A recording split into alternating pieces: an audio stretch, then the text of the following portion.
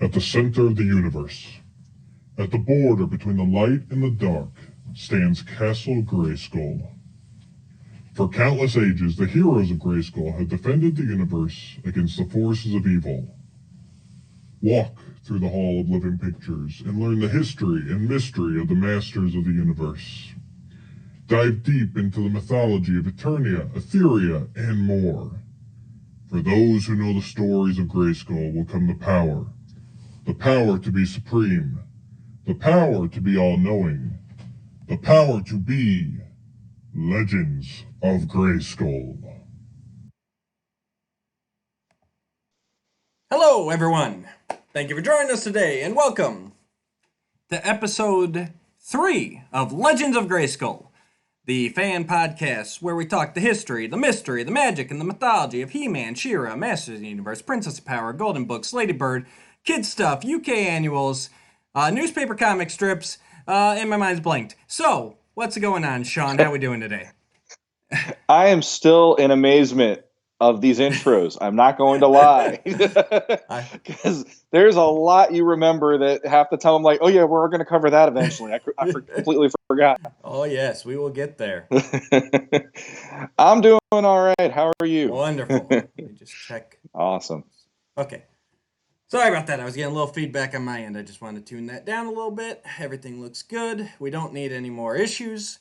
I'm Matthew Dooch, Sean Scavarna, and we're here to talk in reference to the issues. Those of you that have been trying to listen to us on Apple products using either iTunes or the podcast app, I have finally gotten everything figured out.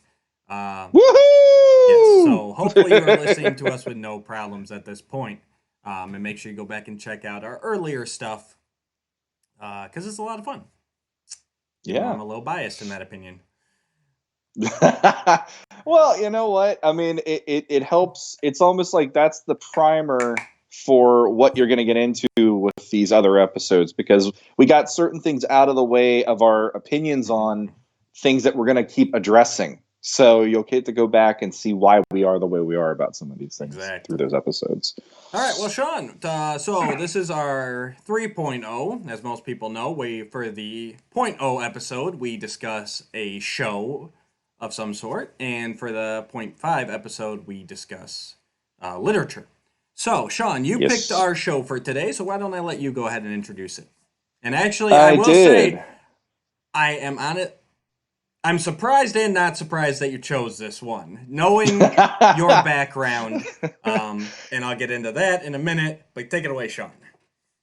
Yeah, so today we are going to touch base on the Filmation episode Daimar the Demon, and the reason I chose that one, it actually is on the previous episode, so I think it's episode 1, check it out, but this was the first episode in my late teens, early adulthood that I got to watch for the first time again since He-Man was off the air.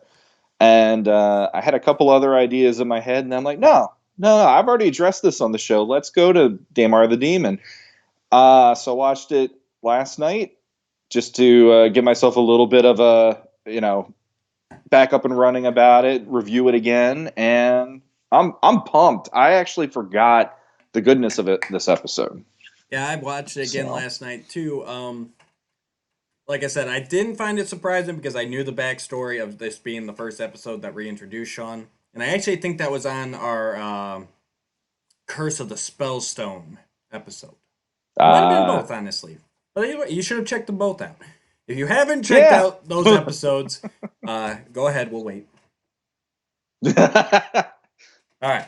TikTok. You're back now. Need to find a way to do like a montage scene or something of us like training in the wilderness. Yeah. But yeah, in a nutshell, I was surprised because I know you have a problem with the more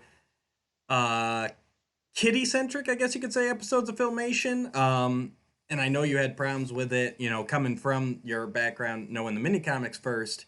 And so that's why I was surprised, because this at its heart is one of the Orko childlike episodes. It's very Orko-centric. It's extremely Orko-centric, but there was this charm to this episode watching it last night that it made me go, I'm glad this was one of my first ones to reintroduce myself into Filmation again when I got away from it and came back. Because this one ticks a lot of the boxes off that make me enjoy what Filmation is about. And that's kind of funny considering, in my Hang on head, one it second, was. Sean. I don't mean to interrupt. Sorry about that, Sean. I saw a little bit of a glitch down there, and I want to make sure we were good to go. So please carry on. No problem. No problem.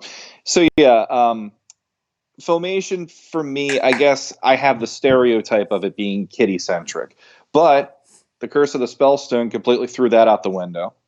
And House of Shakoti throws that out the window, which is another one you and I definitely agree on. Mm-hmm. And this one, in my head, I thought, it's going to be a little more kitty centric. But then watching it last night, I'm like, no, there's really some cool moments in this. And for it being the first one that I get back to after what was it, probably 10 years of not watching the Filmation show, it really made me go like, now this has some pretty good stuff. There is some kiddie stuff, there is some corny stuff, but I'll admit there's one line in this episode that I actually took the time to find for my wife and show her the line. We're going to address the line too, because it's one of those lines. And even she was laughing to the point of tears that she didn't realize they went there on these kind of shows. So it's got some charm that I love. Oh, absolutely. I rewatched it last night. Like I said, this one I remember vividly from my childhood.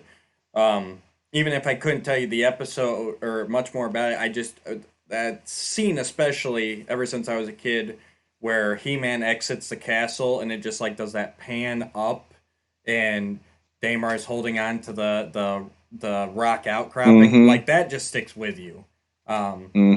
So we might as well just jump into it. Let's do it. So, I mean, it opens up in the Royal Palace, and basically this whole episode centers around this book of magic that the sorceress has lent Man-at-Arms, so that he can kind of look around and into some other dimensions that are near Eternia's. And so he does this, finding a dimension really close to them called the Demon Dimension. And for some reason, he builds a monitor so that they can peek at it and see all the nasty stuff in there. Yeah, monitors play a role in this episode too, just on them spying on Orko at one point. And I'm like, that's just so random, but okay. Yeah, that annoyed me. But yeah, they and a little bit of trivia here for you using James E. Tock's wonderful complete guide to the animated series. The script actually requested that this dimension on the monitor have a strange, surreal Steve Ditko, Doctor Strange style environment, which it very much does. It's got lots of the little, floaty orbs and spinny things. Yeah, and you can tell it's a very different dimension. One thing, I don't know. There's a few nitpicks here. There was actually more watching it last night than I thought I would have, surprisingly, considering I remember this so positively from childhood. And it's all minor things. But here in this first scene, when the royal family's all looking at the monitor here, and you actually see Daimar like fly at the screen and fly by. That kind of bugged me because as we find out later, when Daimar comes to Eternia, he comes as the little form, the little imp demon form. So I thought that was a little weird that he was. I mean, I guess you could say he reverts when he comes through the barrier or whatever. I don't know, but I just, the reason I bring it up is because last night I thought it was odd, like having the full grown version. I think that would have been better saved for the reveal at the end. And then reading James's wonderful guide here, you find out that was actually supposed to be a different demon, and he was actually supposed to come out of the monitor and attack. So there was supposed to be a little bit of an action scene here. That didn't make it. That would have been cool. Yeah. Like I honestly, I always had the impression it was a different demon, and it just here's something flying at the screen, because then it would make kids go Yeah. ooh, like or whatever. So I mean, I honestly, with how fast that part is, I didn't really take into it is him or not when he's grown. Either it's one of the demons or whatever. But yeah, I thought that too. I thought it would have been awesome if they would have had something come out of there, and it would have given that whole, like the foreboding of the rest of the episode. Plus, it would have been a nice little action sequence, maybe, where you got Adam running away, having to turn into He-Man to protect his mom and dad, and Duncan there, and instead it turns into he looks hungry. Yeah. I know how he feels, and they walk out, and it's like time for lunch, and I'm like. That there's these little weird moments like that in this episode that always just set me off on that isn't really like that doesn't work for me, but hey, it's a 20-minute show. And to me, and it says it was supposed to originally be a water creature, then it was rewritten to be a fire creature, and then the whole scene was written out completely. And for me, that would have helped with it would have shown.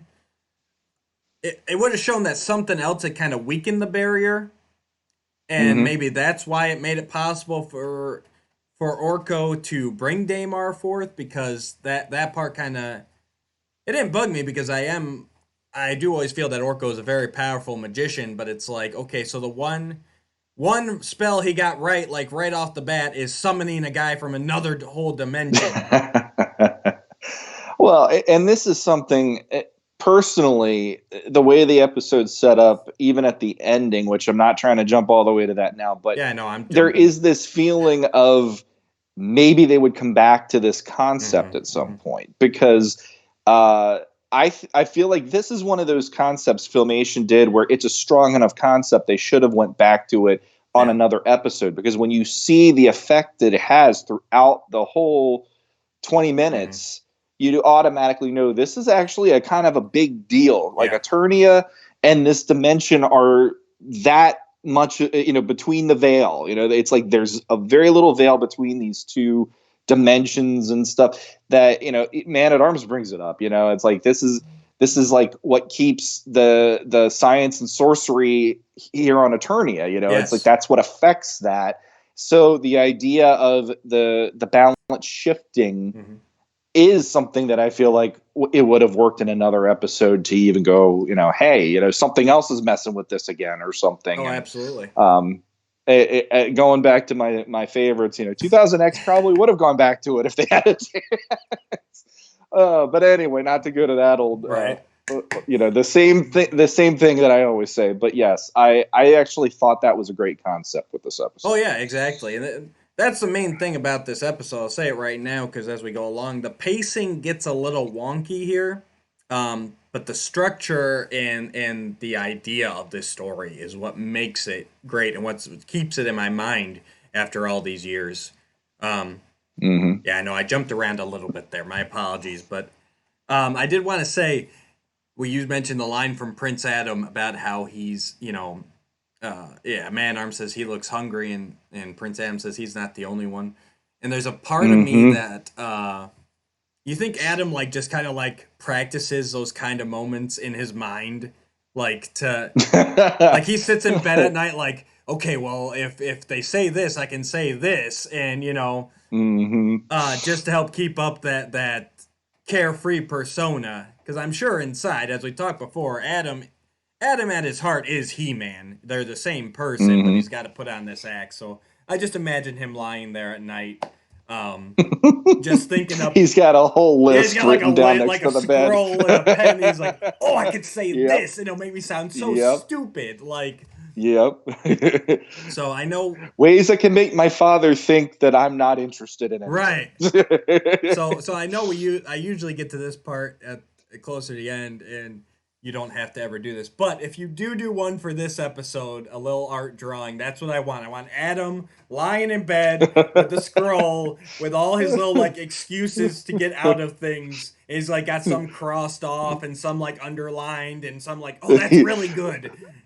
The thing that I would love is the first 5 to maybe 10 of them would be fishing. And then after that, fishing with Cringer. fishing with Orko, fishing with Ram Man. And it's like all of it just starts with fishing, because I've heard so many people in the past go, oh yeah, he's always fishing. It's like, that to me is almost like an own running gag within the community at this point. I want the last one to say, if all else fails, just say, I just remembered something I have to do.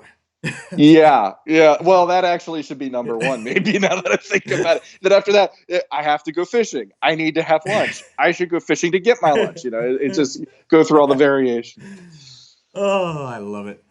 But getting back on track here. So yeah, we got Man-Arms looking in Dimension. I found it funny because in Curse of the Spellstone, it all started with one of Man-Arms' inventions too, and now here we are again. Apparently, 50% problems on Eternia would be solved if Man-Arms would just stop tinkering with stuff. Probably. Here again, I should start doing this at the beginning. Let's jump back for a minute here. So this is a season 1 episode. It looks about, I don't know, a quarter of the way through. It's kind of hard to tell just looking at my book. It was written by J. Bryn Stevens. Was directed by Hal Sutherland, who is a producer on here. And this is actually the only episode that he directed. Okay. The script was approved in January 17th of 1983.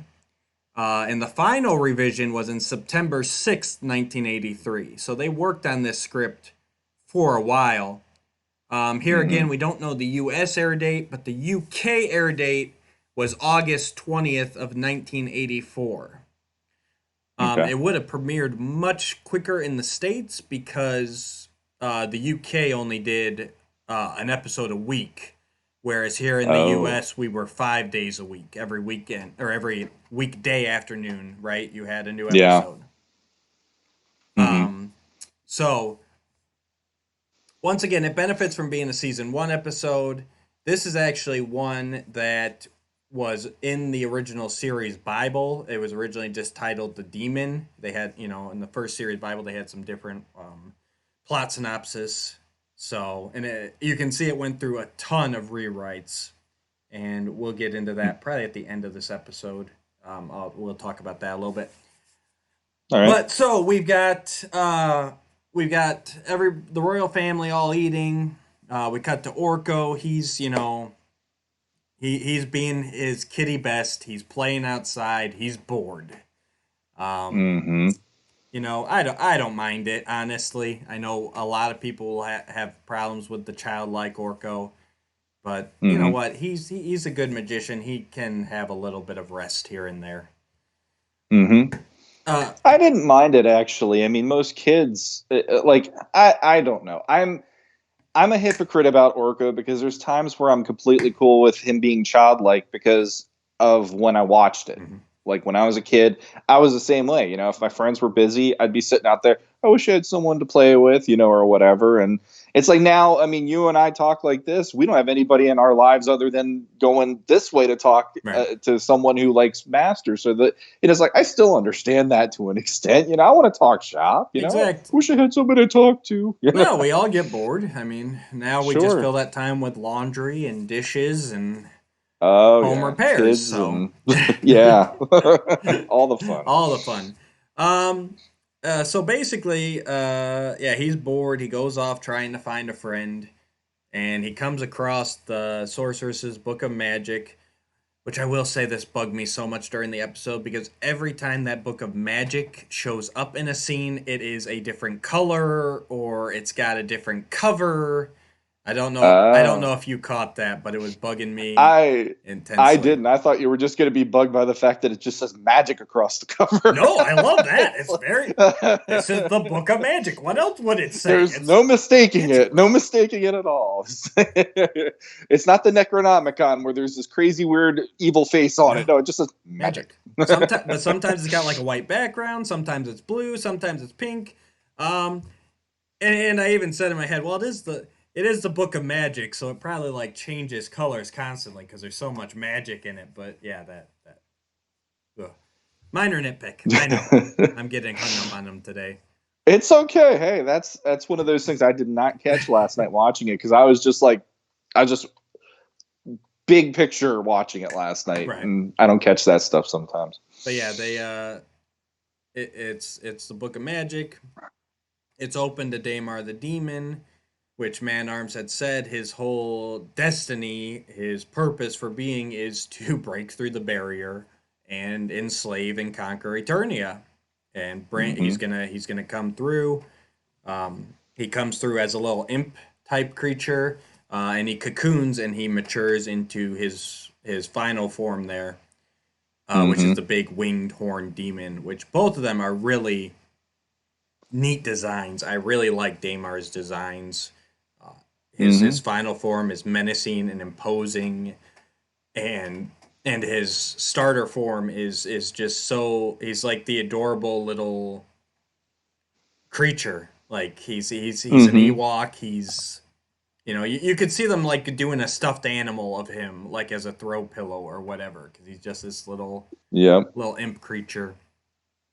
Well, I like that the idea of it is something that cute wouldn't be something that's supposed to be scary and bring all this like Armageddon basically. And even as a kid, they'd have John Irwin making his little giggling noises and stuff, and it worked for me when I was a kid. And you see Orko flying around with him and stuff, and then when you see him in his final form, you're just like, holy crap! Like, yeah, that's just crazy, But here again, just for I don't know, just my, if I were writing it, I because Man-at-Arms here, and a few times, once again, they flip the page of the book, it shows the cocoon and it shows his final form. I still think I would have kept the final form from being revealed. I think it would have had a bigger impact there with that shot at Castle Grayskull. But, it's fine the way they did it. Yeah, I didn't. I mean, Orko only sees the one page, so I like the idea that he just sees him. Oh, he's this cute little thing I can play with, and then the other page when I think there's an element of I like that you get to see it only from the level of now what He-Man has to deal with at the end of the episode at least. As a kid, you're kind of like, okay, when it's like Gremlins when he makes that cocoon or when they encase themselves. It's like there's going to be something coming out you don't want to have come out. So in that way, but yeah, I actually could see why you would rather do that, and I actually think that would have been more effective the more I think about it. Like I said, minor nitpick. That's seeing it through the adult eyes. As a kid, it was still, like I said, that scene still stuck with me where He-Man encounters him for the first time. But yeah, and they also used a similar, like you said, Gremlins have used this concept. They even used a similar concept in the New Adventures of He-Man, the show. In the 5-parter where Skeletor and the mutants actually take over, that's how they take over. They send these creatures, these tiny little cute creatures that the name escapes me at the moment, and they grow into these big beasts that help them take over. So it's effective. It's used a lot, and no, I liked it here. Orko saw his cute little and it doesn't even say demon; it says Daimar there. So he's just like, "Well, Daimar, come out and play." Cast a little spell, comes on through. He can't make an egg disappear, but he can, pull a guy from another dimension. That's perfectly fine. Why not? But like you said, I think the original script made it so that it was a little bit more than just that. It was. You can even say it was the destiny. It was his time to come through. The barrier's weak because Man-at-Arms tinkering with it, and so he's able to pull him through.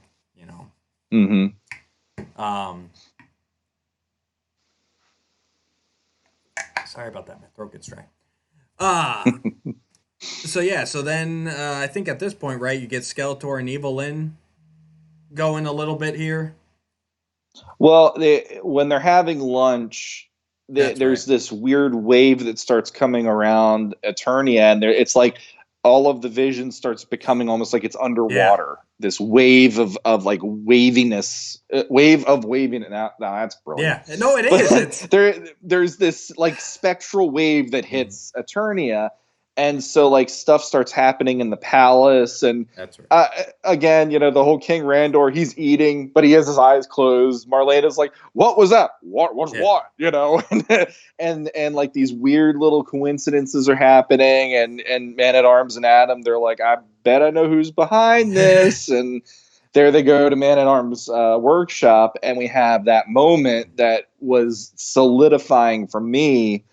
And I can't remember if the Snake Mountain scene happens from the lunch to them going to the workshop, does, or if it happens after that. But we do have Skeletor and Evelyn also find out there's something happening. Yeah. They sense it, and they see there's this weird energy coming through Eternia. Yeah, and I really love those effects and the music. There's like this creepy little music, and like the whole thing just shimmers.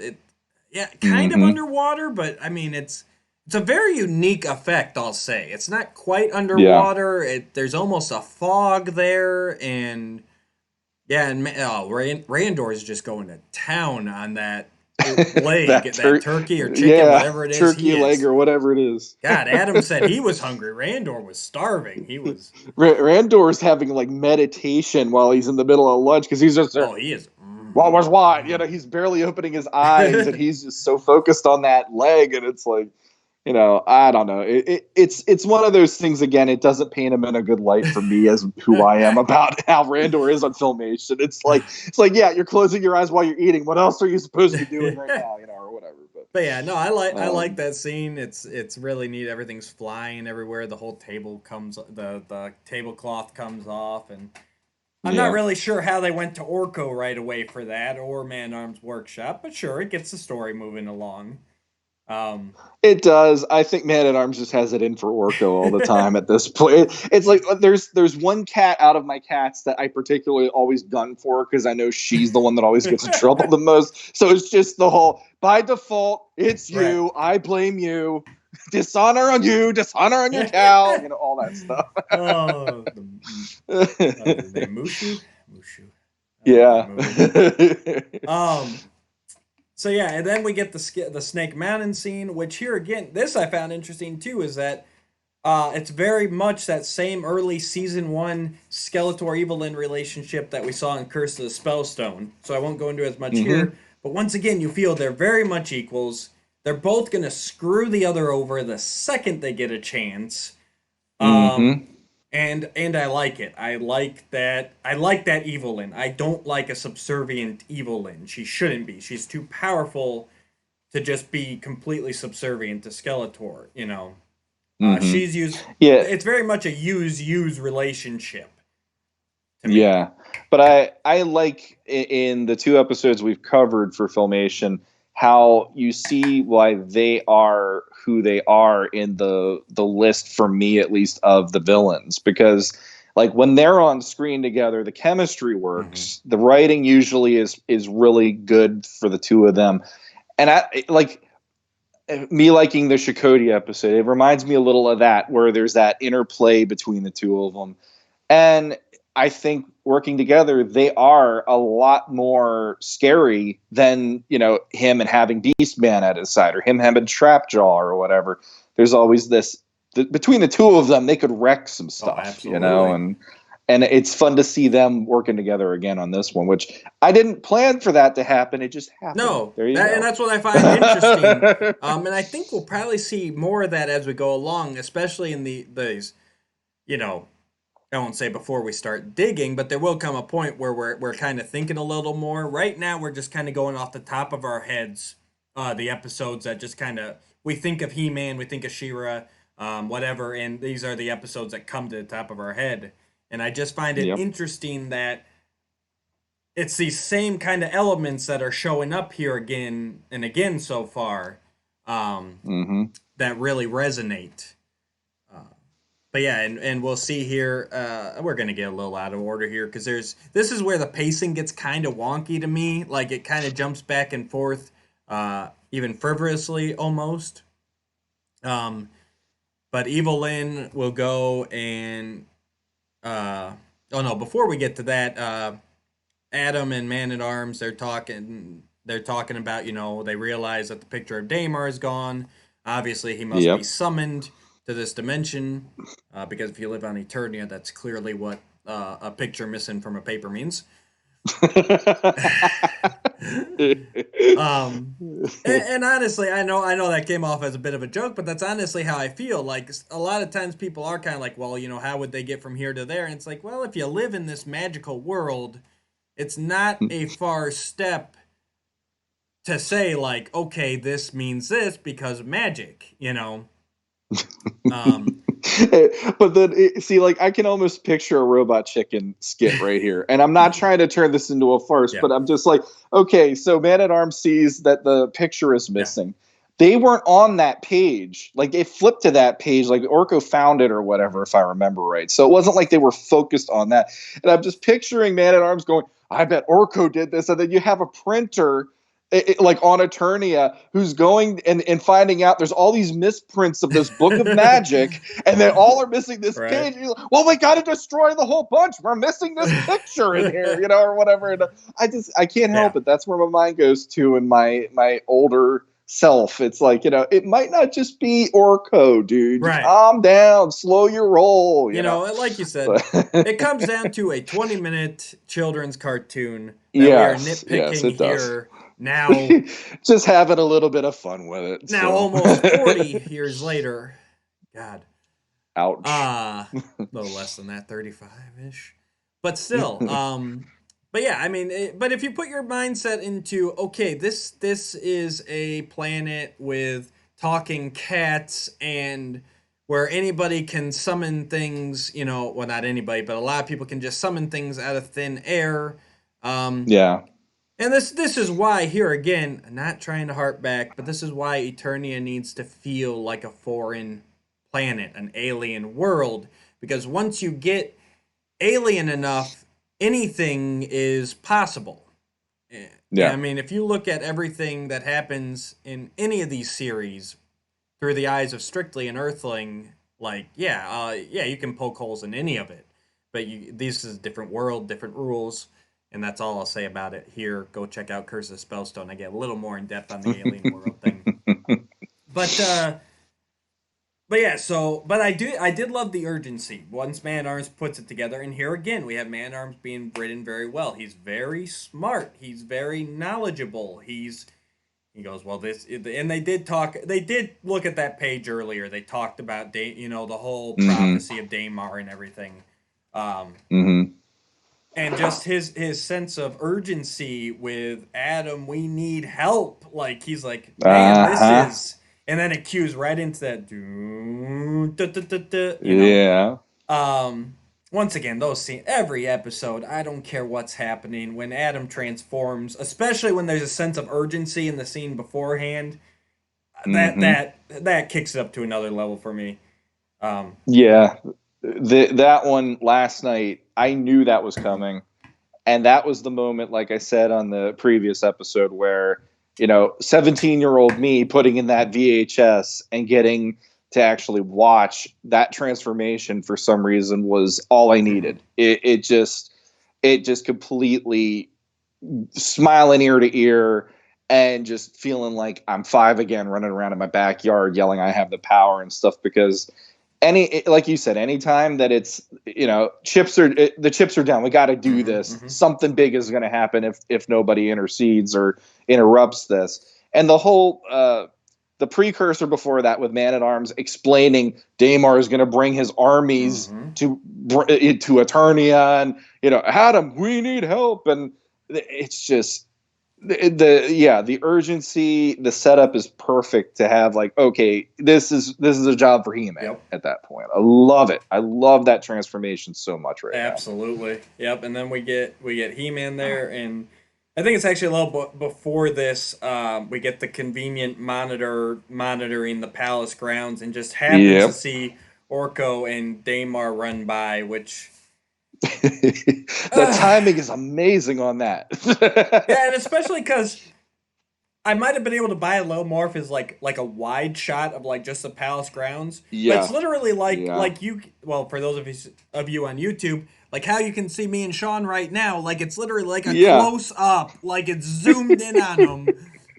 And it's like, Adam looks at it right at the exact moment. Yeah, where there they fly by the screen, and you're just like, Really? Like that was, you guys have been at lunch, but for some reason that patch of the forest mattered that much to have it, and suddenly there, I don't know. It's like, you can poke holes and stuff, but then there's moments like that. that's for me. That's very like eye rolling, and I can't help it. That's just me on that Yeah, part. But I did cringe last night watching that. I'm like, because in there, either in there or right before there, you already got the scene where Orko hears Man-Arms yelling, and he tells Daimar, "We need to get out of here," because he thinks Man-Arms is mad about something, to clean up the room, yep, whatever. And he tells him we need to take off. Man-at-Arms and Adam have already put together the pieces that Orko is behind this. So it was so unnecessary. Like, you already know Orko's taken off. You know it is Orko. And yeah, that's one I can't, usually I can come up with something in my head like, like the Book of Magic. Well, it's magic, so it changes colors. This one I got nothing, guys. You got me on that scene. That is just one of those cringy moments. But it's over quick. So. I'm not here to win this kind of stuff, but there is a part of me going, I'm glad that you get it too, because like anytime I've seen it, even when I was younger, rewatching it on the VHS, I'm like, oh, and I mean, it's such a small little moment, but for some reason, it just sticks out like a sore thumb, no matter what you do in that part. Absolutely. But we get the transformation, and now we have He-Man needing to get out there and get some stuff done, which is, I'm never complaining about that. So yeah, this is my one, the Orko moment was my cringy moment. I know I've had a couple nitpicks, but this whole kind of, you could almost even call it a montage. It's these scenes are really oddly paced, guys. If you watch the episode recently, you'll know what I'm talking about. So I'm not going to get this in order by any means, because it's jumping all over the place between Skeletor, Evelyn, the Palace, Orko and Daimar, and He-Man, and he meets up with Teela here. But I guess we could just break it down into different segments as a whole until we meet back up at Castle Grayskull. So we start off with Orko and Daimar taking off, and then He-Man and Battlecat are literally like 5 feet from them. And I guess that's my biggest nitpick at this point is with the episode is that Orko and Daimar did not get any sort of a head start. Battlecat is a cat. He should be able to smell them and track them. But instead we act like they have no idea where they're going. And we're just going to roam the countryside heading vaguely in Grayskull's direction and hope we catch them. And that's my big nitpick for this episode. Well, go ahead. We forgot one thing, though. There is one other part in here that I just remembered. We have the sorceress too. Oh yes, we do get there. And that's what's now like the forward momentum, because, and this is another weird moment. It's not as weird as that, here's the monitor focused on this stuff, but you have the sorceress, and she's creating a spell of liquid light. And apparently this has taken her a while to perfect and a while to coalesce into this, glowing orb in front of her. And when the wave of the spiritual wave or the dimensional wave goes through Eternia, that spell is ruined. And then that's when it's her signaling to He-Man, you have to come to Castle Grayskull. There's something going on. And we need your help. So that's kind of it's pushing him in the direction of Grayskull. Right. But one thing that when I started rewatching it, from even a teenager, amused me about that part. For some reason, this is me nitpicking, so sure, take it grain of sand moment. But when the orb it disappears with the wave coming across Eternia, and she's like, my spell, it's ruined. And then she just walks away. And there's this weird, it's like, I know, in the scheme of things, she's going to the window. She's looking out to see what the problem is.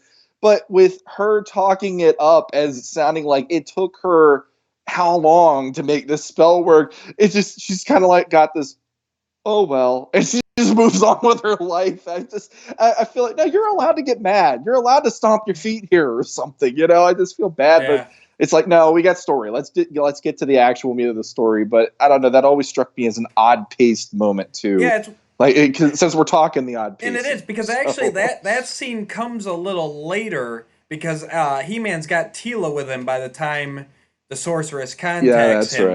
right. But yeah, here, like I said, it's odd pacing here. This whole middle section here is very oddly paced. Mm-hmm. I took it as watching it last night, especially. I took it as she's more focused on the The the trouble. Yeah. But I will say that since you brought it up, the sorceress standing there with like her concentrate and everything. Oh my Yeah. god, beautiful animation.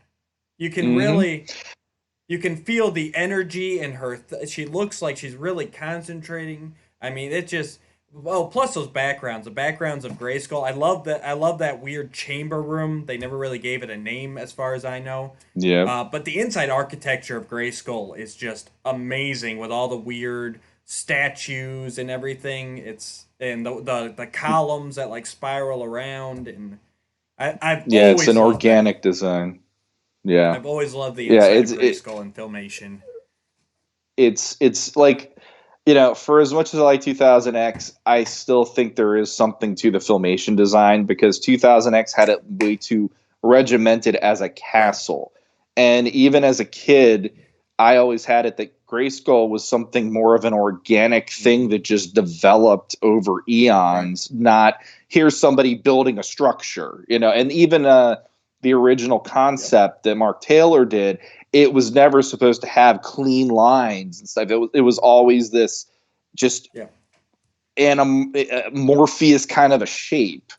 So, Filmation definitely has still like the iconic Grayskull, no matter what, Absolutely. as far as I'm concerned. Yeah, and we won't get too far into it, but like I always found it weird whenever they tried to make it more, because there's different variations of it, even in the vintage. Those Texera mini comics where he made it like pretty much a fort, where it had like the four Yeah. walls and very clean lines. That always looks so goofy and weird to me. Like you said, and it probably belongs more for the Into the Abyss episode. But you know what? We'll talk about it here. The actual, and I know you know this, Sean. The actual idea behind Castle Grayskull was that there were two giant monsters in prehistoric times that got locked into battle. They both died, and Castle Grayskull was built on over their bones. So, Mm-hmm. like the whole facade of Grayskull, that's actually like a creature's skull that the Preternians used to make this castle, and then the whole uh, um, never had a good name for it, but that whole ramp leading up to it, that's another creature that's like its spine that they built the entrance up to. And see that stuff like that is where I would give Filmation huge props. I never knew that until the last few Yeah. years. And like as a kid, I always thought it looked interesting, and there's this organic shape to it. But now knowing that, like again, I would love to actually have an episode where they go, "This is what it looked Yeah. like. This is the whole battle," and that kind of stuff is it's the beauty of Masters is always they can give you those little nuggets, and your mind can start painting that picture. And no matter what they would tell you, it's like, no, I like what I got up here based on what you told Right. me. And that's one thing I like to put out there to all the Filmation haters. Say what you will, they put a lot of effort into this series. They did not phone it Mm-hmm. in. A lot of especially after this, and especially into the 90s, a lot of these licensed property shows, which is what this is, they would really just phone it in. They're just like, okay, we'll just throw these characters in here, and either there would be very little story thought, basic stories, or they would go into, or you'd see the series where they just kind of like uh like they just kind of did episodes without any real thought to the property it came from. Mm-hmm. Like what's around the same time, but like the Mario Brothers shows. If you go back and watch those cartoons, they have like nothing to do with the game, at all. Mm-hmm. They're just kind of whatever. But Filmation really did. Before production even started, I mean, you can see the dates here. I mean, from January of 83 to September of 83, they were working on this script. They sat down and wrote out an entire series Bible before they even started on a script. And they gave answers to stuff like how is Castle Grayskull formed? They took this toy that Mattel had and they go, well, why would it look like that? And they created this stone bridge leading up to it. And they go, well, why would that look like that? And these guys put so much heart and thought into this world and said, we need this to make sense to us so that we can write in it. And it's stuff that was never even used, really. I mean, obviously, like I mentioned, Into the Abyss is based on, dang it, who wrote Into the Abyss? It's gonna bug me now. I will never ever admit that I know the writers for the ones that I love the most, and that's about it. Because I am definitely no James Eatock in this case. I will say that. James, call me, let me know. But yeah, the writer of Into the Abyss, he got that idea because he read the description of Castle Grayskull from the series Bible, and it talked about the Abyss and everything. And he basically said, well, we need a show around that. So, and I won't go too much more into that because I'm sure we'll get to Into the Abyss eventually. But oh yeah. But yeah, it's just for all those people who said Filmation phoned it in, they were just trying to sell toys. No, Filmation could care less about selling toys. Mattel wanted to sell toys, and that's why they let Filmation do what they did. But even Lou's original deal said that Filmation would have final creative say. So he wrote that into the beginning. He said, I'm not getting into this and letting you come in and go, well, we're going to do this, or this. Because he wanted to tell good stories with good messages, and he accomplished it. So, back to Daimar the Demon. Sorry about that tangent. Yep. So we've got He-Man and Battle Cat running around trying to find Orko and Daimar. They meet up with Tila, who was standing like 2 feet in front of Orko. Not paying. That whole situation was weird to me too, and that's always been one. For as long as I've remembered this episode, it was like they were right there. Right. That's what I'm saying. They were right there, and yet we couldn't do anything. Yeah. Tila's a highly trained warrior, and she didn't notice 2 people. Even if she didn't stop them, you'd think she would have at least been like, "Hey, Orko, what's going on?" But she's out training there, and so He-Man just like, "Hey, why don't you come for a ride with me?" Picks her up, and they start cruising along. I always loved how He-Man always made Tila ride. Well, I want to keep this family friendly, but he always made her ride in the back. He never gave her the seat if he was already riding. Nope. You notice that? So one thing I want to point out as well on this episode, and this is probably what really endears me to the episode, is this is one of those episodes similar to Diamond Ray of Disappearance, where anytime He-Man shows up, 9 out of 10 times, you're going to get the theme song kicking in every time. So he shows up, and all he does is just show up, and there's Tila doing her training, and you have the music. But then the minute he shows up, boom, the theme song kicks in, and she's like, He-Man! It's like, you're darn right it's He-Man, and he's playing his song. And from pretty much the transformation on, anytime he shows up, his theme song's kicking in this. And that to me is another one of those, anytime Filmation pulls that, it makes me happy, because that song is just so, it's as iconic as the shot of Grayskull, as iconic as the transformation sequence here for me. Absolutely. So Absolutely. I love that.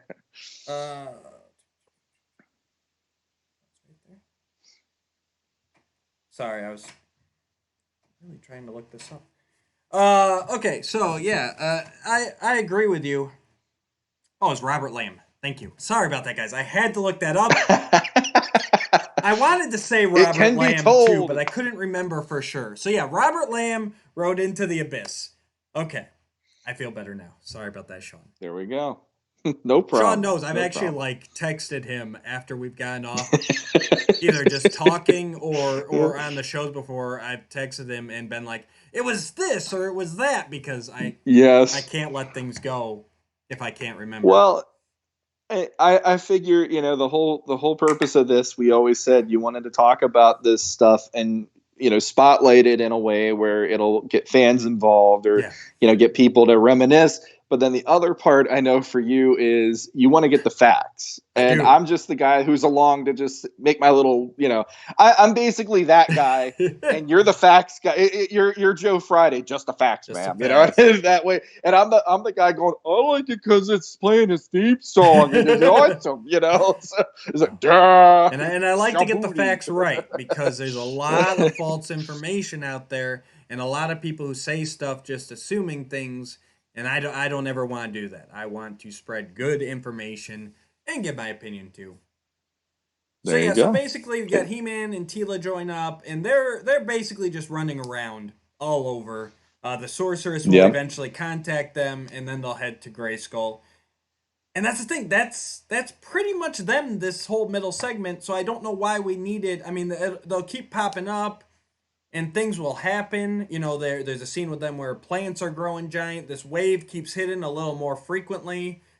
This demon Yeah. wave. Yeah. That plant scene though, it didn't really do anything. The plants grew big, Nope. and then they're just like, oh, this is the plants shouldn't do that, and they just keep going. Um, And then there's that animal that it's in the oh yeah, woods or that I whatever. did like. And I like that. okay. Okay. So yeah, you have is it during that part? I can't remember off No, the that's top of when my they head right get. now. That's when they finally get to Grayskull. Oh, okay, okay, okay. Yeah, but I do like that where you see what it is after the wave Yeah, ends, but through the whole, and even He-Man's like, I'm glad we didn't see what was the other version of yeah, that because you thing. hear all that So, growling and roaring, and you hear yeah, something yeah, stomping, and then like the yeah. wave hits, and just this tiny little like dino pops out, and he's just like meow, and he hmm goes off.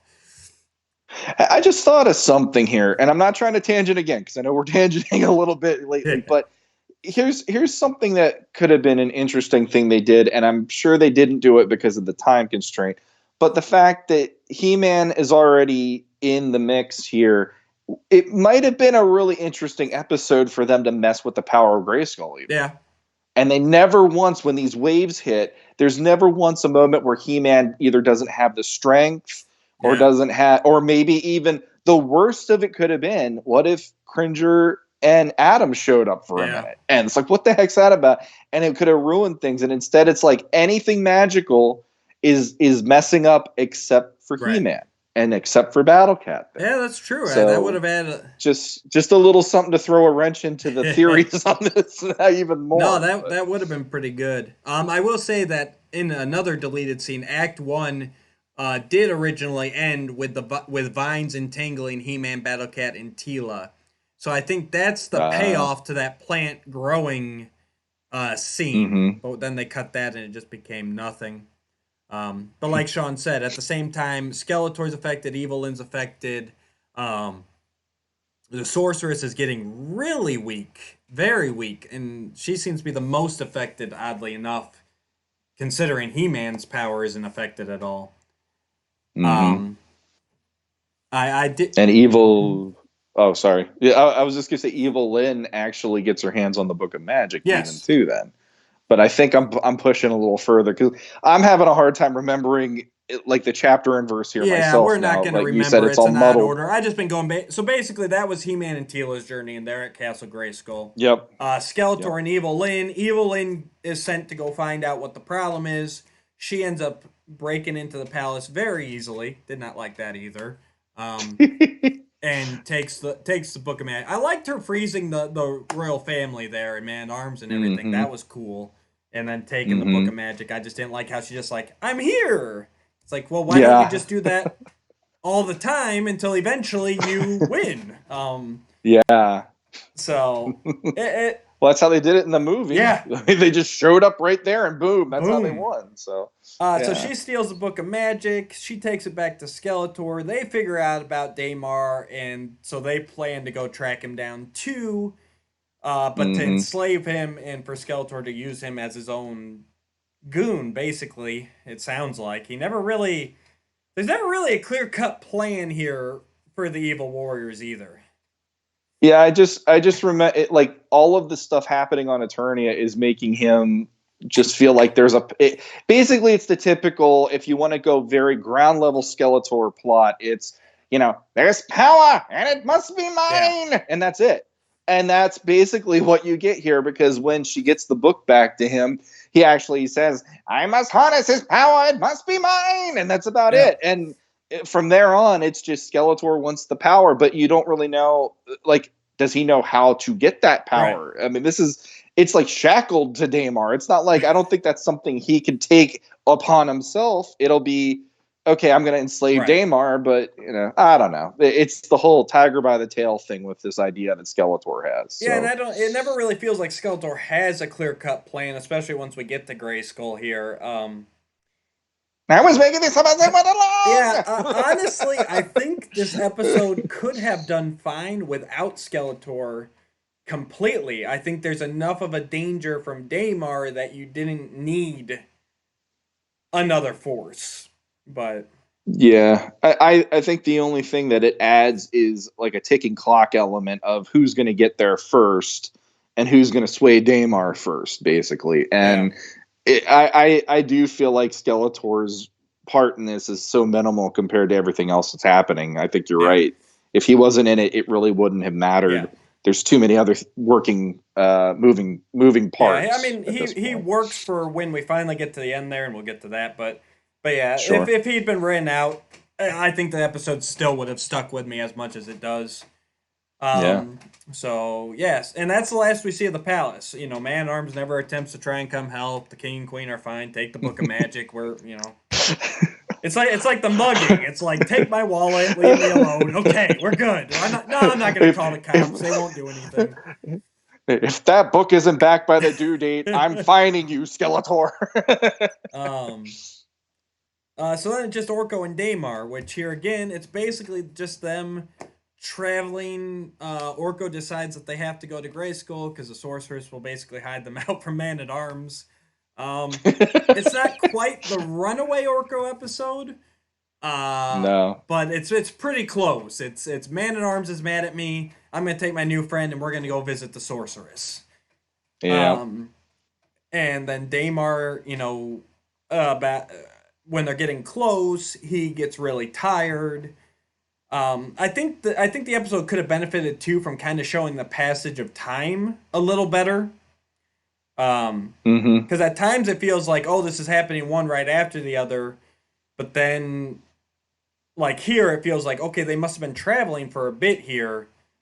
Plus, I'm sure it's his body going like, okay, it's time to cocoon, which is what he. And on top of that, well, the dimensional shift, I'm sure there's like a element of wear and tear that you might figure. Okay, he just went from one dimension to the other. I'll give him that. It's like jet lag or something, Fair enough. So we get the moment to where he spins the cocoon and Orko's like, oh, that looks comfy, and he lays down with him, and Orko falls asleep as well, and then by the time he wakes up, it is nighttime, and that was weird. He wakes up like once and then goes back to sleep or something. I know there was something weird with the Orko scenes too. Like, they cut back to him, like, trying to wake up Daimar, and he can't, so then he goes back to sleep. It was... Once again, it's very oddly paced here in this middle section. I think there could have been some more trimming here, a little cleaner. And it's funny, because one of the things I appreciated watching it last night was that they weren't immediately at Grayskull like they are in a lot of episodes, and especially in like season 2, it seems like they zip all around the world like nothing. Yeah, I do like it when it takes a minute to get there, especially traveling by foot like they are. It makes you feel like, okay, the Castle Grayskull is not sitting right outside the Royal Palace. This is like a stretch. The thing is, with episodes like this where it's the race against the clock, I always feel like they make Grayskull seem like it's on the other side of the world.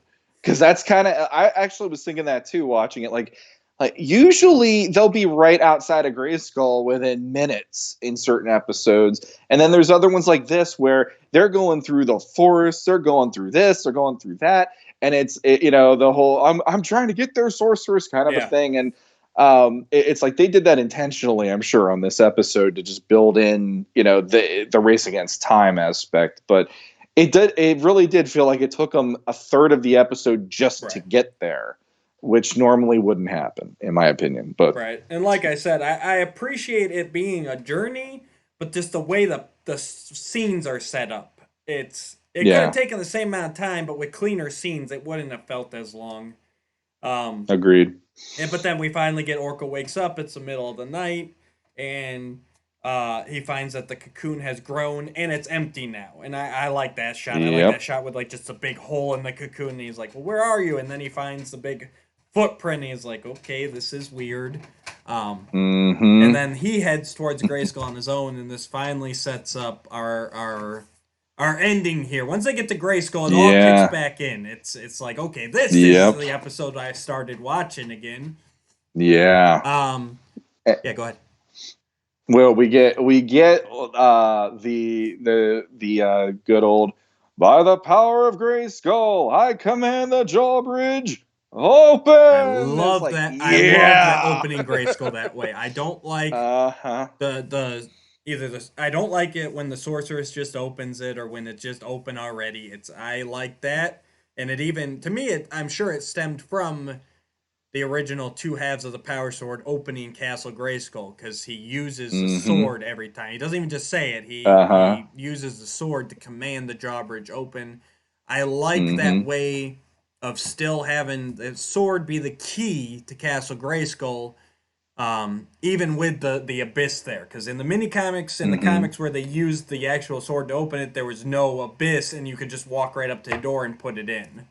So I Do I have to have it one way or the other? It's like when you're using your house keys trying yeah, to you're get trying to in. get in. Which side do the riches go in? Yeah, WD 40, spray some WD 40 in there. Yeah, But no, exactly. I've always loved that. I've always loved it when he opens a drawbridge that way. But that's the third, maybe even I'm losing track even in my head, but that has to be at least the third major time that the theme is going to kick in because every time he does that on the show, it's always the Yeah. theme kicking in And there. So there's it's just usually like it just lightning. heightens it. Yeah, the lightning and it's just everything mythical about Grayskull that you can imagine all is happening in that moment, which for that being the first episode that I got to see 10 years on, as I said earlier, just the fact that also was in there. Yeah, grinning from ear to ear once again, because it's just like, it's like you got a transformation where it's an urgent transformation. You got the by the power of Grayskull, the drawbridge open, and it's like this is hitting some good notes for me. Whether or not it is a more kitty centric Orko episode, it's the fact that He-Man has to be the one to step in to solve the Right. problem and all of that. That's why I think this one works so well in my fandom about it, at least. Absolutely. And then we get treated to the cool scene of another wave hits and Yeah. I love the Grayskull eyes and mouth start glowing this bright white. And it's weird because they're Yep. using a white light, but it just looks so menacing. Uh And the huh. drawbridge starts having a mind of its own, trying to crush them in its jaws. And Which is yeah, I awesome. love that scene of He-Man trying to get them into Grayskull, and he's got to hold the drawbridge down enough for Tila and Battlecat to get in, and then he's basically like Yep. stuck there like a human log. Like Yeah. he can't if he tries to move, it's gonna smash him shut. I mean, you'd think he could Mm-hmm. roll to his left, but whatever. It gives a little bit of especially after all the travel, it gives a little bit of a threat to the situation. Um, Yep. in source, Isn't it crazy? Oh, sorry. no, go ahead.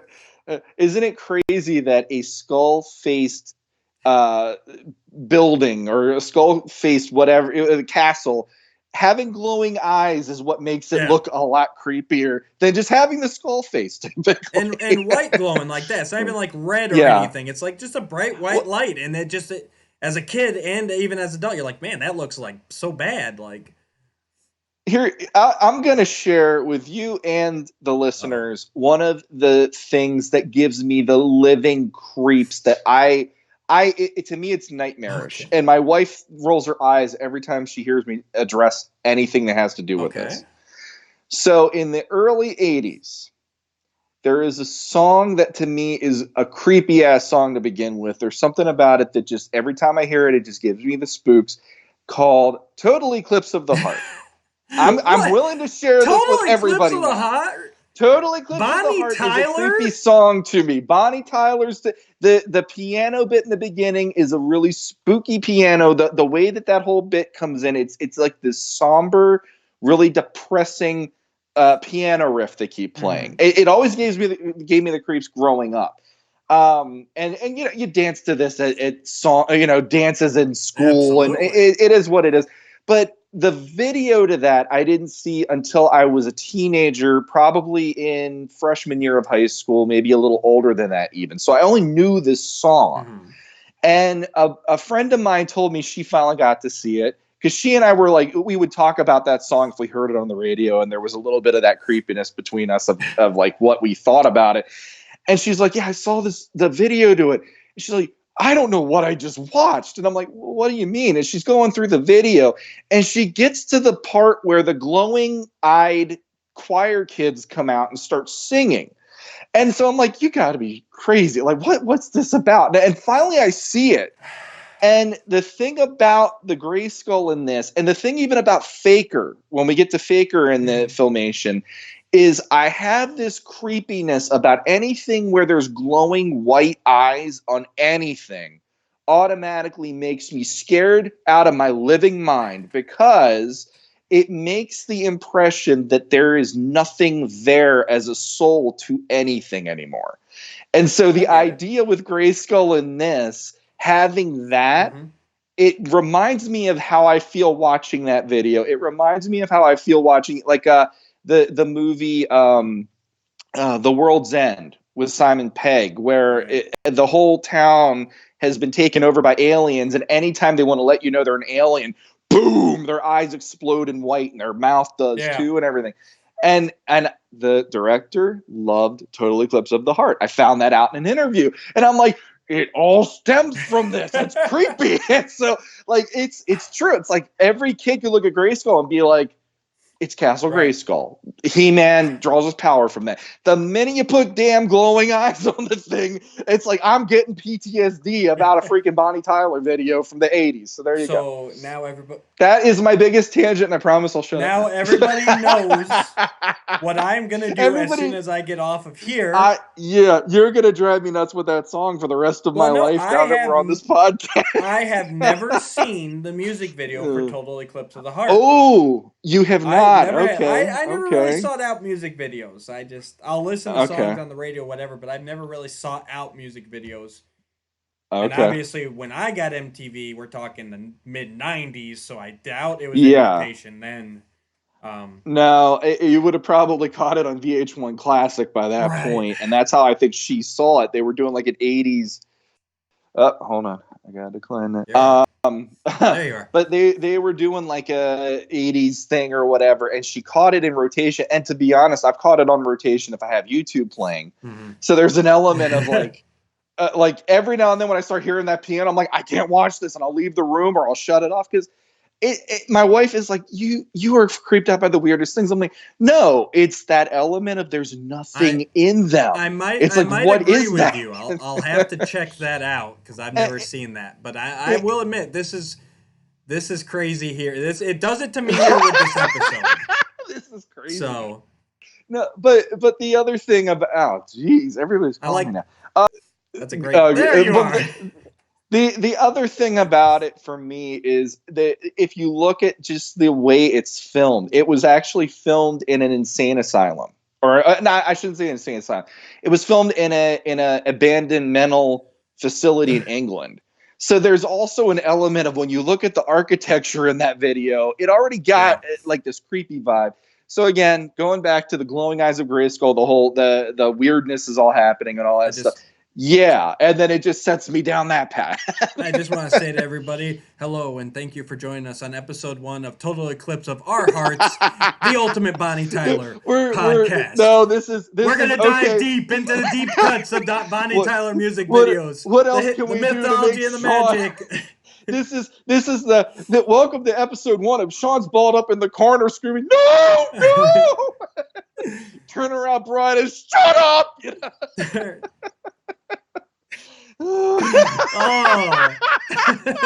And now the show's done. We don't need to talk about Daimar. We're Turn- just gonna go. Okay, what else? Show us on the doll where they touched you, Sean. It's like, Turn I'm freaking out. turn around, bald head. Oh, turn around, bald man. Wow. If we were doing this show live right now, this would be the moment when like our counter would just drop to 0. Yeah, Like, no, well, you might want to edit it out for all I know, because this was like such a big share that I don't know if anybody needs to know it. But yeah, everybody needs to know this. But When yeah, the recording's on, everything's fair game. You know this going in. Yes, I know. I And got honestly, enough to do trying to make the iTunes gods accept my sacrifices. this I is ain't my got time for sacrifice. editing. This is my sacrifice to the iTunes gods, and now they're just gonna play that song over top of every damn thing on theirs, because they're like, "This is what Sean had to sacrifice his sanity so that iTunes will play this stuff." Oh Lord. Yeah. Anyway, all right. So, I'm just gonna sit down. You finish the episode. Daimar I the need Demon. a moment. Oh. So.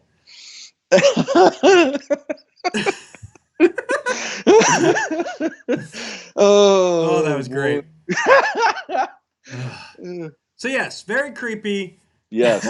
They Very find the creepy. sorceress. She's practically dead. I found it amusing how impacted the sorceress is by this compared to everybody else. You could say maybe because she's more magical, she's tied more to Grayskull. I could even say in my mind that this could explain, because you know me, I love coming up with reasons for things. Even if I nitpick at it, I like to find a reason in my head to justify it. So like you said, He-Man's not affected. Maybe that's because the sorceress is kind of taking the whole wave on, because she knows that, you know, Eternia needs He-Man right now. I can't have it affecting the power of Grayskull, so maybe she's taking it all on herself, because she's practically dead on the floor here. Mm-hmm. Before, I like that idea. I can see that as a good reasoning for that. Yeah, sure.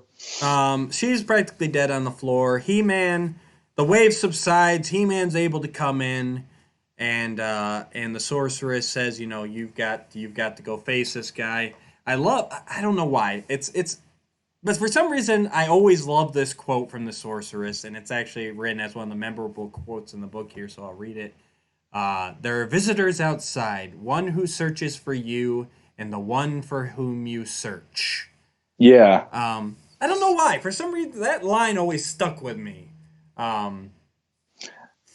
That's one of those lines that I hearing it last night made me go, who's what? Like, I don't know why. Riddles never work with me. I'm a horrible person like that. Glowing-eyed children and riddles. This whole episode's full of crap that I'm all weirded out about.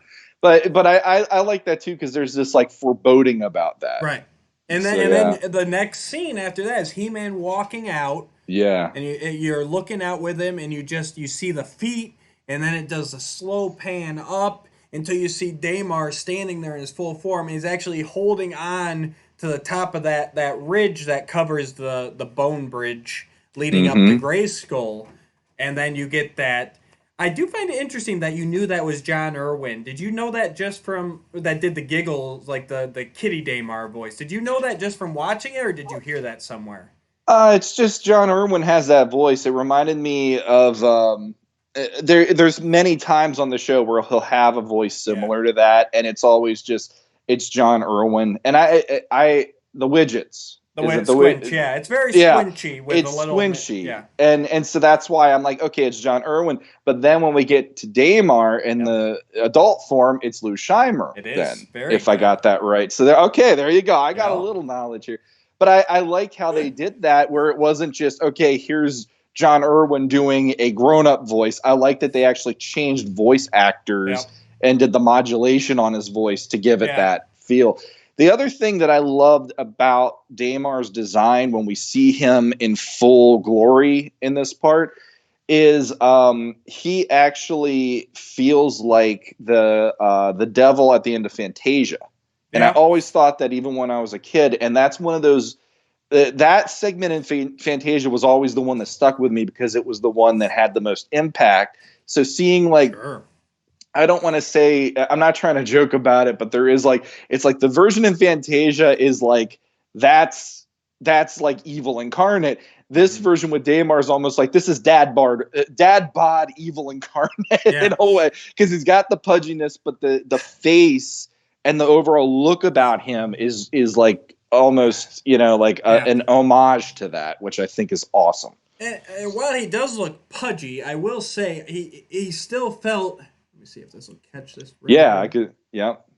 He does feel very muscular though. Like yeah. It's like a kingpin kind of build. Like he's fat, but you feel he's like he could totally like tear down that bridge if he wanted to. Oh yeah, without a doubt. That's what I loved about it. You really felt like there was a danger to Grayskull and a threat to the universe, because him standing there ready to go, he's full of energy. Here again, they use that white glowing eyes effect, which I love, which makes him look so much more evil. And I don't know if you could tell in that picture I showed you, but he was illustrated to have irises and pupils and everything, but that during animation they decided to go with that glowing effect. Which I think amps it up even more. Like he's just overflowing with evilness. Like you said, there's nothing there. It's just that glowing eyes. Please don't talk about Bonnie Tyler again. I'm good. It's there. It's there. And I love. I don't know, Skeletor shows up at some point, but he's basically an afterthought at this point. He's basically there at the end just to give, in my opinion, the good angel and the bad angel to Daimar. Like he's convincing him that they'll rule together and help him, and they'll conquer and enslave everything. But even when Daimar is at his evil point, he's still like, well, I'm so evil and powerful, I don't even need you. So, and that's why I feel Skeletor could have easily been written out, and that end scene still would have had the same effect. Because for me, what it is, it's a Daimar's battle with He-Man. That's cool because you get to see a lot of stuff you don't normally see. You see He-Man climbing onto Castle Grayskull to try and get up to the same level as this guy. I love him standing in the middle of the crown of Grayskull there. I always love that animation when you see something you don't normally see. And even him on the top of the tower, Daimar taking his blast and actually doing some damage. That was always refreshing to see. It's like, oh, he actually like scorched the castle and he knocks out a portion of the tower, and it's not huge action scenes because it's Filmation, but it's cool seeing. It's something that 2000X expanded on, where we really saw things take a beating. But it's refreshing to see here. What for me was not refreshing though is the same thing used twice, and by that what I mean is. Skeletor showing up and he's telling Evelyn, you know, we're going to basically take Daimar and we're going to have him as ours. So she does a spell of enchantment to put a rope around him. Yeah. And in literally seconds, Daimar just snaps the rope and that's it. And now that He-Man's on top of Grayskull, he's got a plan. He's got a plan. Here we go. And his plan, here we go. His plan is he's got a bolo in his belt. And he throws the bolo. And so the bolo, and it goes around Daimar again. And Daimar, within seconds, once again, rips out of it. And we get a fourth wall breaking moment of He-Man looking at the viewers and saying, anybody want to buy a used bolo? And that line, you know what's funny too, is that line has become such a thing of its own throughout the fan community and everything, that I'd actually forgotten that this is the episode it came from. I remembered it because of the VHS. That was I was like, I don't remember them joking nearly like that on this show. Yeah, it was such a like they went there. That was I've always liked that line. It's always made me chuckle. But yeah, watching it last time, like, oh yeah, this is the episode it came from. Because anytime anybody wants to make fun of Filmation and talk about like, oh yeah, they were it was such corny jokes, that's the line they trot out. Yeah, but you know what? It still made me chuckle last night. It does. It's got this charm to it, and I mean, honestly, He-Man is usually the one. Him and Orko are the ones that break the fourth wall a lot. Absolutely. And more He-Man than anybody, because it's the whole, hey, you know my secret too, wink, wink, So, but it's just so, like it's not something you'd expect in the middle of a battle with a giant, like, beast, Yep. demon thing, and so it's almost out of place, but at the same time, it's like that's fun, but it's very much like everybody in the fans are like, oh, it's the Bolo Yeah. line, But yeah, I love it. And then Orko gets there and he starts pleading with Daimar because he still sees him as just that cute little demon. He, Yeah. I like how powerful Daimar is, how he's able to trap even He-Man. And here again, we got an episode where at the end of it, He-Man's pretty much down. I mean, he's not going to be able to overpower this creature, and he knows Mm-hmm. it. So he starts talking to him. He's trapped there on the top of Grayskull, and he decides he's going to try and talk this guy down. What else? Mm-hmm. And I like that about the Filmation He-Man. I think that side of He-Man's lost in certain things. I like him being able to use his mind as well as his muscles. Mm-hmm. Yeah, I like that part too. I mean, for me being who I am about stuff, I did like that in that he's resorting to everything at his faculties to try to right this situation, Right. and he's basically backing up Orko on that one because Orko is the one that really does make the difference in this case. Absolutely. Which is another reason why it's not as kiddie as like a typical Orko episode. He's really the one that does save the day, and Mm-hmm. yeah, I do like those little moments where He-Man's having to use his brains and his brawn and all that. So Yep. And so then we get to the point of the issue, the episode, the message of it, and it's basically and there's some great dialogue here, guys. Honestly, watch especially watch this last scene. They talk about destiny versus free will. I mean, here again, Filmation tackles some big issues, mm-hmm. and obviously, to a kid watching at home, they're not going to go, "Well, I'm supposed to enslave the universe, and I'm going to choose not to." But the way they present it, you can easily see the parallel to a kid who's maybe going down a bad path because that's the neighborhood he's raised in, or that's the culture he's growing up with, and he feels like he has to do that kind of stuff. I mean, I could see where this at a young age would resonate with them and go, well, maybe I don't have to. Maybe I can make my own choices. Maybe I can Mm-hmm. pursue my own things. Mm-hmm. But yeah, you get the tug of war between Skeletor, Orko, He-Man, and obviously Daimar does choose the side of good. And at that point, Skeletor realizes that he's lost him. He's not going to do what he wants him to do. So then Skeletor basically just goes, well, we'll just trap him and take him back to Snake Mountain. Same thing. It feels like I'm making this up as I go along here. But you get a nice scene where they actually manage to trap Daimar in freeze ray and a giant block of ice. And Orko and He-Man have to then save Daimar from being taken off to Snake Mountain. And trying to remember exactly how it goes. But yeah, but basically, once again, Skeletor is just.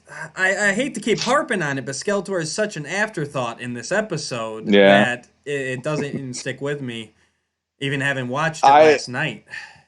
Same here. Like I just remember, and I feel bad that we can't fill in the gap there, but I just remember basically He-Man taking the airship that Skeletor's on, and he just launches Yeah, it. and I want to say He's just like, we're done with this, get out of here, Skeletor. and I want to say that one's called the Doom Buggy. Doom I want Buggy. to say, Okay, so yeah, and I always I I did just like that airship. That's a neat one. mm-hmm. But yeah, basically Daimar breaks out. He stops Skeletor. He hands it to He-Man, and they send him off to. Sorry, I was trying to see if I could find it right quick to make sure I'm right. And they end up sending him back to the Dark Hemisphere, where he should have just stayed the whole episode. Honestly, if you're looking for a good Skeletor episode, this is not it. He's very much, and I think if this had even been a season 2 episode. No, it wasn't the Doom Buggy. Oh, that's gonna bother me now. The Doom Buster was that big spiked one with the skull on the back. That's probably what I'm thinking of.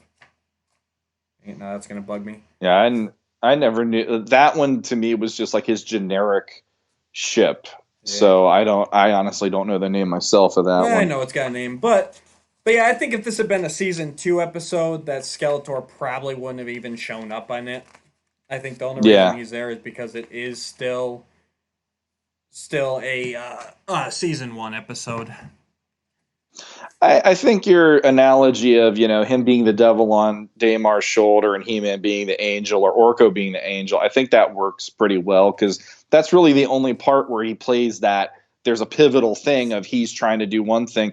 The only thing with Skeletor is he's pushing his agenda so hard that even if I was Damar and wanted to do evil, I wouldn't join with Right. Skeletor, because I already know Skeletor's just going to use me the entire time. He's not trying to even seduce me to the dark side at that point. Yeah. It's just, I'm going to use you how I want. And it's like, no, not so much. And that's it. So that's an easy call. Even when Damar's standing there still talking about conquering Eternia, he's still not listening to Skeletor. So yeah. But I did want to say I like it when the demons, like that rift to demon dimension, actually finally splits open above Grayskull, and you just see all those weird white faces in there.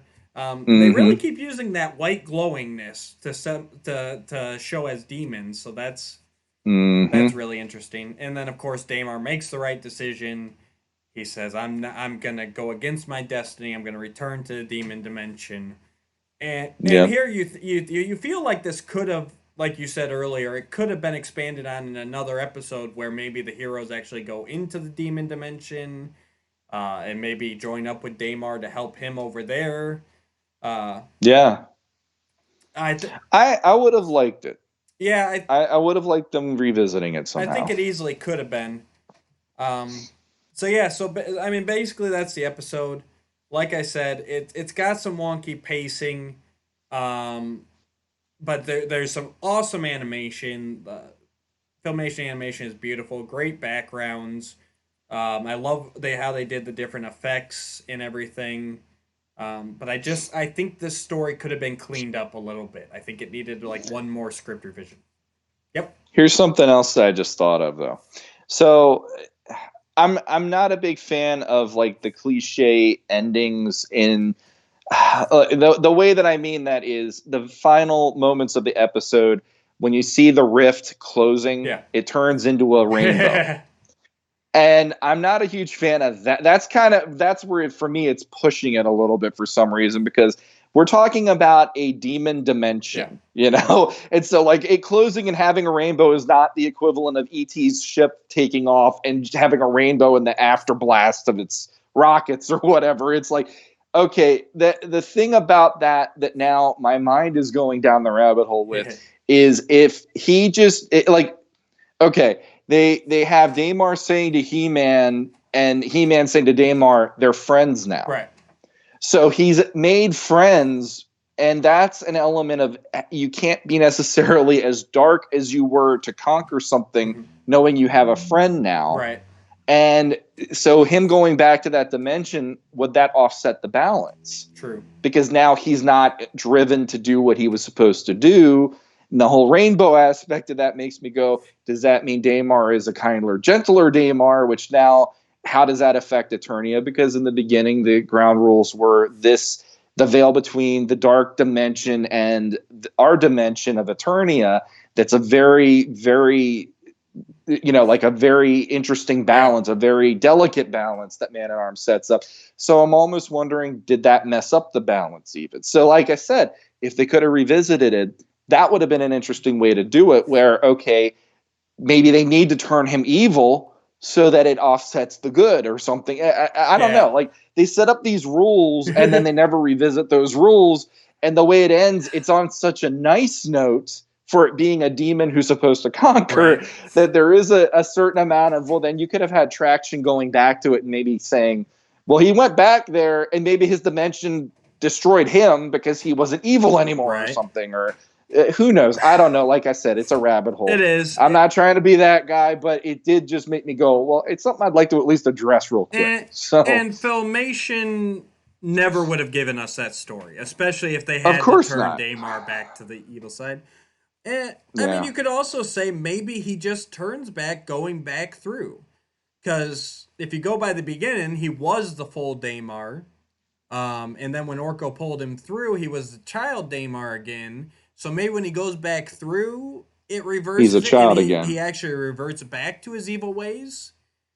It's And that could possible be an then, yeah. interesting story too if they went to the demon dimension and but he's it's like it resets him almost like jumping between Yeah. dimensions. So they go through and Orko's like, "Oh look, there's Daimar. He'll help us." And it turns out, nope, this is evil Daimar. He will never turn good. He will always be Yeah. evil. But here again, that's some pretty big um, Yeah. It's themes just for something that Filmation. came out. Exactly. That's why they wouldn't touch it. And I So will say this, and you can almost even say that this may have been the episode that made season 2 more kid friendly because it is documented here that this episode uh, did receive complaints about the ending. Most notably, that there was one American minister that claimed you cannot beat demons with love. Um, wow. yeah. So even the Well, church at the time did not like the demon becoming a good guy. Like they're saying he's a demon. He'll always be a demon. Uh, I mean, we won't get into the whole religion the religious aspect. Yeah, let's not go arguments, there. but I find it interesting. And so you know, we know that season 2 got lighter and fluffier because of the complaints, and this is one where we've hmm actually, because a lot of this is kind of like hearsay at this point, but this is one where they actually found that this episode did receive a lot of complaints about it, which I find interesting because Interesting. watching it, I don't see it. If anything, you'd think that this would be, you know, like I said, people are taking it too literally at that point. It's not even so much about turning demons. It's saying, like I said earlier, no matter what you think your destiny is, it's the choices you make, Yeah. regardless.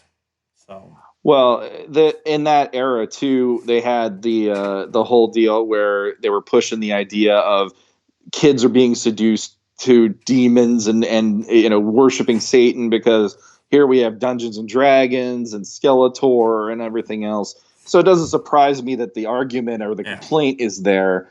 I just for somehow I figured that was a little later down the line that these religious groups would have been involved in it, right, but that's interesting and it is something like I said, just from that initial quick rabbit hole that I did, it's like, yeah, that definitely is something that occurred to me in that way. But right, yeah, an actual pastor or someone saying that there's an element of like you're taking this a little too seriously right. if you're gonna start going to that extent. Then All right. so Hang on 1 second, Sean. Yeah, I found it interesting too, and I mean, you got to figure that since they produced almost the whole season at once, that most of the other stuff was already going forward. The scripts were already finalized. yeah. Um, so that's probably why you didn't really see the effect until they went into production on season 2. Um, hmm but yeah, it's funny because actually during when the script was originally proposed, it was entitled just The Demon, and then it became Daimar the Demon. And you kind of almost got to wonder that if they've left the demon part off completely, if these groups would have even actually sat down and watched this. it's yeah, because at that time they were so militant about Mm, that, and like even my mom when I said about the whole argument of trying to even buy my first He-Man right, figure. Like my mom was not the biggest fan about like Skeletor and some of those characters because she too was of the mindset this is pushing something she wasn't as comfortable with compared to like GI Joe. It was a man, right. and it was a man with evil intentions, but he wasn't like a demon looking guy. So she had that in her head too. But at the end of the day, it's like you got a guy who is a good guy and he embodies, like what a hero would look like. If you look at a stereotypical Right. hero, you have a guy who embodies evil, and evil usually takes that kind of a form, Mm-hmm. in the stereotype mythological way. So Absolutely. And I got to at least give these groups credit, at least they watched all the way to the end of the episode. That's true. Because a lot of these groups you look up now, because there is some documentation of some of what was said and written. Some of them you can tell they never actually watched a single episode, or maybe just watched the intro or whatever. I will give it to that Yeah. guy. He watched till the end and he didn't agree with it. So Mm-hmm. more power to you, but for those of us who don't mind it, leave our stuff alone. That's Yeah, basically. and I've said that to you in private too. And to all our listeners out there. I've said it before. If you don't agree with us, that's your prerogative. If you feel a different way, that's your prerogative. I'm not here to tell anybody that they're right or wrong in their beliefs. I'm just here to talk about how I feel about this. So, yeah. So any closing thoughts on Daimar the Demon? That one for me is such a nice time machine for me. Like I remember from when I was a kid, but it's that initial reawakening to Masters again in my teens, where this one will always have a soft spot in my heart. And having that theme song kick in 5 to 10 different times in one episode, never ever a problem for me. And the Jawbridge open sequence, He-Man being needed in an urgent way. I mean, even like all hell breaking loose on Eternia. And the thing that I keep wanting to say, and I finally can say it really quickly because it just popped in, is my favorite episodes on the Filmation series, I think, are the ones where most everything in Eternia, all hell is breaking loose. Because those are the ones that impacted me the most. Like, basically, this one, Evil Seed, is another one where it's like something's happening and it's in a bigger way that everybody's wondering what the heck is happening here. And those are the ones where, as a kid, I was like, oh my God, even the bad guys are in trouble in this, or whatever. So love it. I love any episode where it puts the entire world in jeopardy in that way. I'm usually going to be a fan of this. Yeah, I agree with that. For me, off the top of my head, to save Skeletor is one that's impactful to this day. Driel's return, like you said, things where you got to feel like there's stakes. I mean, there are some good episodes out there that aren't necessarily like this big, but yeah, my default ones to go to, especially if people are just getting back into Masters, is I'm gonna tell them the big episodes, the ones that threaten to change the status quo, where you really feel like the heroes have to rise up. It makes for better stories. The higher the odds, the better the story. Like I said, for this one, I've got issues with the pacing, but overall, it's still a solid story. There's a lot of good bones here.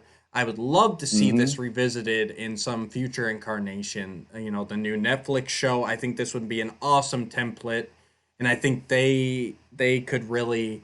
I'm talking about the kids one.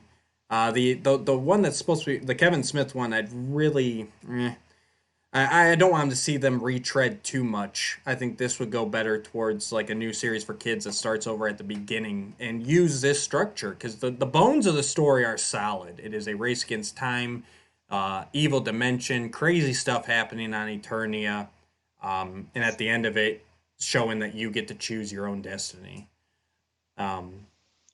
If they would do it and they have the whole Adam and He-Man switching at points, like I brought up, I don't care if I don't need the money for it. I just want to see it happen, because that would be like, out of all of the story points of this whole race against time, that would have been an amazing one to throw in there for me. Yeah. That's just, me being who I am about it at this point. Either that, or I'd say just leave the He-Man Tila out of it completely. Honestly, at that point, have them at the beginning and have them show up at the end. But other than that, unless you're going to give them some real stakes, there's no point to have them in there. Like I said, same with Skeletor, as I don't want to harp back on that. But yeah, this episode's very much about Orko and Daimar and the race to Grayskull.